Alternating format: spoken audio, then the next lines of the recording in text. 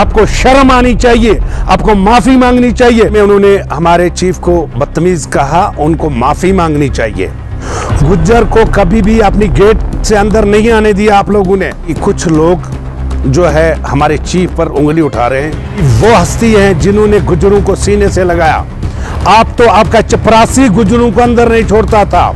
आप कहते थे गुज्जरों से बदबू आती है, उनकी रहनुमाई कर रही है। हमें ऐसा ही रहनुमा चाहिए और इंशाअल्लाह ताला हम सड़कों पर निकलेंगे आप लोगों के खिलाफ। औज़ु बिल्लाहि मिनश शैतानिर रजीम, बिस्मिल्लाहिर रहमानिर रहीम। मैं जुनैद अहमद खटाना गुज्जर कम्युनिटी से हूँ। बात हमें ये करनी है कि कुछ लोग जो है हमारे चीफ पर उंगली उठा रहे हैं। हमारे चीफ रविंदर रैना जी जो हैं, उनको कहा जाता है कि वो गुज्जरों की वकालत करता है, गुज्जर बकरवाल को जो है उनके साथ मजाक करता है, उनके साथ जो है खिलौना मजाक करता है और इस तरह की बातें करते हैं। मैंने कल वीडियो देखा मीडिया में, तो एक कोई राशिद बिलाल नाम का एक आदमी है, कोई कांग्रेस का, वो कहता है कि रविंदर रैना साहब का कह रहा है कि उन्होंने गुज्जरों को के साथ बदतमीजी तरीके से जो है उनको मिठाई खिलाई। मेरे ख्याल में उन्होंने हमारे चीफ को बदतमीज कहा, उनको माफ़ी मांगनी चाहिए। उन्होंने किस तरीके से, किस बिना पर ये बात कही है, उनको माफ़ी मांगनी चाहिए पूरी कौम से और ख़ासकर रविंदर रैना साहब से। रही बात रविंदर रैना साहब की, 70 साल में आप लोगों की हुकूमत रही, कांग्रेसों की, नेशनल कॉन्फ्रेंस की, पीडीपी की। गुज्जर को कभी भी अपनी गेट से अंदर नहीं आने दिया आप लोगों ने। रविंदर रैना जी वो हस्ती हैं जिन्होंने गुज्जरों को सीने से लगाया। वो कोई दिन नहीं होता जिस दिन त्रिकुटा नगर या श्रीनगर, जब भी रविंदर रैना जी आते हैं श्रीनगर या फिर जम्मू में, हजारों की तादाद में गुज्जर बकरवाल लोग शौक से उनका इंतजार करते हैं और जब वो ऑफिस में पहुंचते हैं उनको बिना पूछ अंदर जाने दिया जाता है। कोई परेशानी नहीं, कोई एंट्री तक नहीं करते और वो सीने से लगा के मिठाई खिलाते हैं।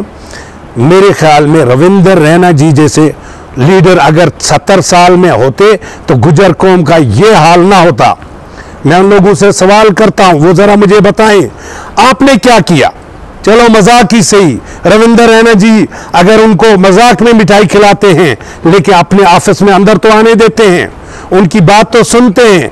कोई औरत आई थी, मेरी बहन, वो रविंदर रैना साहब रास्ते पे चल रहे थे, चलते चलते उन्होंने बिजली के खंभे पे अपना ये लेटर पेड रख के लेटर लिखा और उनका काम किया।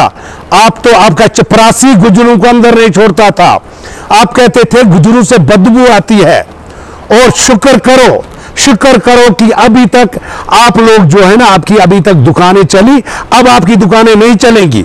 अब जो आपके मन में ख्याल है कि जैसे रविंदर रैना जी गुज्जरों को समझा रहे हैं, गुज्जर चालाक हो रहे हैं, गुज्जर त्रिकुटा नगर हेड ऑफिस तक पहुंच गए, कल गुज्जर दिल्ली तक पहुंचेंगे और आप जो गुज्जरों के चमचे बनते फिरते हैं ना, आपकी रोजी रोटी बंद हो जाएगी। आप जो धोखाधड़ी करके गुज्जरों को लूटते थे, ट्रैवल का जो भी पैसा आता था आप हड़प लेते थे अफसरों से मिलकर, आप जो उनकी नौकरियां हड़प लेते थे, आज गुज्जर वाकिफ हो रहा है। आज गुज्जर भारतीय जनता पार्टी के हेड ऑफिस में जाकर चीफ से मीटिंग करता है और चीफ साहब गुज्जर के हक में, गुज्जर बकरवाल शीना गद्दी सिपी ट्राइबल जो हैं, शेड्यूल ट्राइब लोग हैं, उनको उनका हक मिलना शुरू हुआ।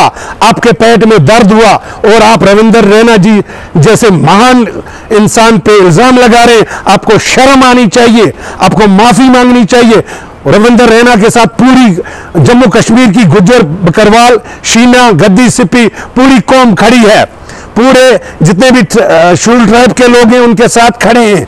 आपकी हिम्मत नहीं हो रही है अब रविंदर रैना जी का सामना करने का। आप ये बेहुदा बातें जो टीवी चैनल पे करते हैं या न्यूज चैनल पे करते हैं, आपको शर्म आनी चाहिए। आप माफी मांग लें, आपके लिए बेहतर रहेगा। रही बात, कुछ और बात चली थी कि जो हमारे एसटी के स्टेट प्रेसिडेंट हैं चौधरी रोशन साहब, वो पिछले 3 साल उन्होंने जो है as a general secretary ST Morcha में काम किया है। जहां तक उनकी एसटी का सवाल है, 2002 में उनको सर्टिफिकेट उन्होंने हासिल किया है। उसके अलावा यही जो तुर्क गुजर हैं, हजारों की तादाद में सरकारी मुलाजिम रह चुके हैं, कुछ लोग रिटायर हो चुके हैं, कुछ अभी भी मुलाजमत कर रहे हैं, वो किस हुकूमत में उनको ये जो सर्टिफिकेट इशू किया गया है, एसटी सर्टिफिकेट उन्होंने 2002 में ये हासिल किया है। तब तो आपकी सरकार थी, तब आप क्यों नहीं बोले? और आज जब चौधरी रोशन हुसैन अच्छा काम करने लगा, कौम के लिए अच्छे काम किए उन्होंने, कौम को जगाया, घर घर जाकर गुजरों को वाकिफ किया मोदी जी की स्कीमों से, और आपके पेट में दर्द हुआ क्योंकि आप बेखबर अनजान लोगों से एक राशन कार्ड बनवाने के हजारों रुपए ले लेते थे, या फिर आप आइडेंटिटी कार्ड बनाने पे 500 रुपए ले लेते थे और उनको बेखबर रखते थे। कोर्ट कचहरी ये चीज उनको मालूम न थी, सिर्फ आप लोगों ने अब कोर्ट का रास्ता भी दिखाया। अब कोर्ट में जाओ, वो प्रूफ करो। अगर रोशन साहब की सर्टिफिकेट जो है जाली निकलती है, उन अफसरों को सजा दो जिन्होंने वो इशू की है, और उन लीडरों को जो उस वक्त मौजूद थे, चाहे वो कांग्रेस के थे, चाहे वो पीडीपी के थे, या फिर वो नेशनल कॉन्फ्रेंस के थे। बीजेपी तो अभी आई है, बीजेपी ने लोगों को, गुजर कम्युनिटी को रास्ते दिखाए, उनका हक उन तक पहुंचाया।